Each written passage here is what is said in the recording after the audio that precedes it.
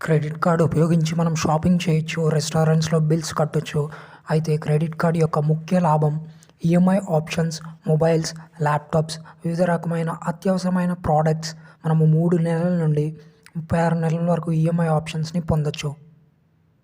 అయితే ప్రోడక్ట్ తీసుకునే ముందు ఈఎంఐలోకి ఆ ప్రోడక్ట్ కన్వర్ట్ చేశాక మాత్రమే ప్రొసీడ్ అవ్వాలి. అత్యవసర సమయాల్లో క్రెడిట్ కార్డ్ చాలా ఉపయోగకరం. కానీ క్రెడిట్ కార్డ్ బిల్ సక్రమంగా చెల్లించనట్లయితే చిక్కుల్లో పడటం ఖాయం. క్రెడిట్ కార్డ్ బిల్ వాడటానికి కొన్ని సూచనలు. మీ జీతంలో వచ్చే 20% నుండి 30% డబ్బు అనగా మీ జీతం ఉదాహరణకు 10,000 అయితే 2 నుండి 3,000కు మించి వాడకండి. అప్పుడు మీ క్రెడిట్ కార్డ్ బిల్ కట్టడం మీకు చాలా సులభతరం అవుతుంది.